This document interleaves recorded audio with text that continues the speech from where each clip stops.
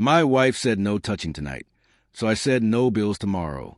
It started like any other Thursday evening. Or at least, that's what I thought. I walked in after a 14-hour shift, the kind that leaves your bones aching and your brain running on empty. The house was quiet, save for the low hum of the TV. Julia was on the couch, scrolling through her phone, barely lifted her eyes as I entered. "Hey," I said softly, dropping my keys on the table. She didn't respond right away, just a distracted, almost absent-minded that made me feel like I was invisible. I forced a small smile. "I brought your favorite takeout," I said, setting the bag down. She didn't even glance at it. It hadn't always been this way. There was a time when Julia would run to me the second I stepped through the door, bubbling with excitement to tell me about her day. But somewhere between her new job and those late nights out with colleagues, that spark had faded. After dinner, I reached for her hand. She pulled away. "Not tonight, Mark," she murmured, still on her phone. I waited a moment before asking, "You mean not tonight as in you're tired, or—" "Mark, please." "Not tonight. No touching." Her words hit harder than I expected, not because of what she said, but because of how she said it. Cold, rehearsed, as though she'd said it to someone else before. I leaned back, exhaling slowly. "No touching tonight," I repeated quietly. "Got it." She stood, stretched lazily, and walked to the bedroom. "Good night," she said flatly. I sat there for a long time, staring at the wall. That night, something inside me shifted, not in anger, but in realization.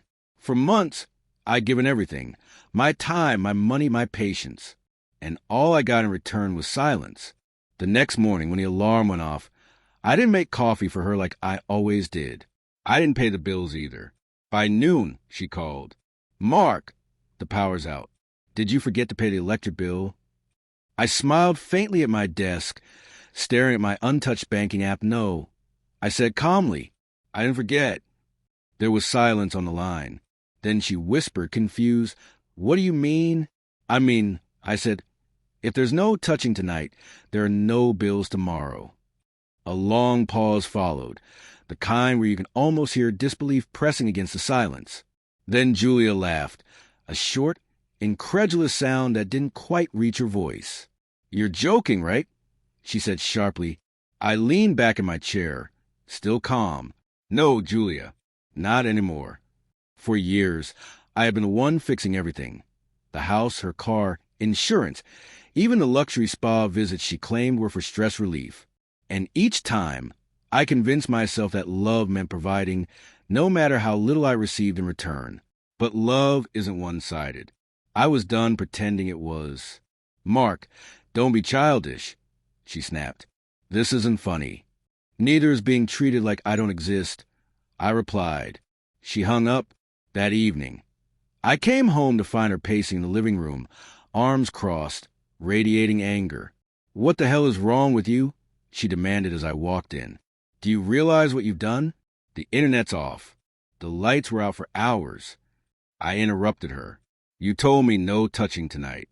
I'm just respecting boundaries. Julia, yours and mine." Her mouth fell open, caught between disbelief and fury. "You're seriously doing this over that? Over sex?" I shook my head slowly. "This isn't about sex. It's about connection. Respect. You shut me out every night, treat me like a roommate with a wallet, and expect me to act like nothing's wrong." She rolled her eyes like she always did when the truth made her uncomfortable. "You're overreacting. You always do." I looked at her, really looked at her. The woman I once thought of as home now felt like a stranger renting space in my life. "Am I?" I asked quietly. "Because the way I see it, you stopped being my wife months ago." Her expression shifted. For the first time in a long time, there was something behind her eyes, not anger but uncertainty. She stepped closer, her voice softening. "Mark, things have just been stressful. I've had a lot going on." I stared at her carefully. "You mean you've had someone else going on?" Her breath caught for a second, but I saw it. The flicker of guilt no lie could hide. My heart sank. "Who is he, Julia?" For a moment, she said nothing. Her lips parted, but no words came. only a trembling exhale that spoke volumes. I'd seen this expression before, not on her, but on people I confronted in my years in security. The look of someone caught between denial and confession. "I don't know what you're talking about," she said finally, her voice shaking slightly. I gave a faint, humorless smile. "Then why do you look terrified right now?" She turned away, rubbing her arm nervously. "You're imagining things." I nodded slowly. "Sure. Then tell me why there's a charge on our joint card for a hotel downtown last Friday." Her head snapped up. "You checked my statements?" "I paid the bill, Julia. That makes it our statement." She didn't answer. The silence stretched, brittle and heavy. And in that silence, I heard more truth than she could ever speak aloud. Finally, she whispered, "It didn't mean anything." My chest tightened, but my voice stayed steady. "They never do they?" Tears welled in her eyes. "Mark, please, you don't understand. I felt so disconnected. You were always working. And I made a mistake." I almost laughed at the irony. You felt disconnected. But you were the one who built the wall between us. Her tears fell freely now. "I can fix this. I'll cut it off. I'll do whatever you want." I took a slow breath, feeling both pain and clarity wash over me. "I don't want you to fix it, Julia. I just wanted you to care before it came to this." She reached out to touch my hand, but I stepped back.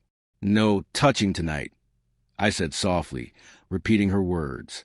Her face crumpled, and for a second, I thought she might collapse under the weight of her own regret. I grabbed my coat, walked to the door, and looked back one last time. "You wanted freedom, Julia," I said. "Now you have it. But freedom comes with its own bills, and I'm done paying for both." When the door closed behind me, it was like exhaling years of resentment. I didn't know where I was going, only that it had to be somewhere new, somewhere that didn't smell like betrayal. 2 days later, she texted, "Can we talk?" I stared at the message for a long time, then typed one word: "No." I turned off my phone, and for the first time in years, the lights finally came back on in my life.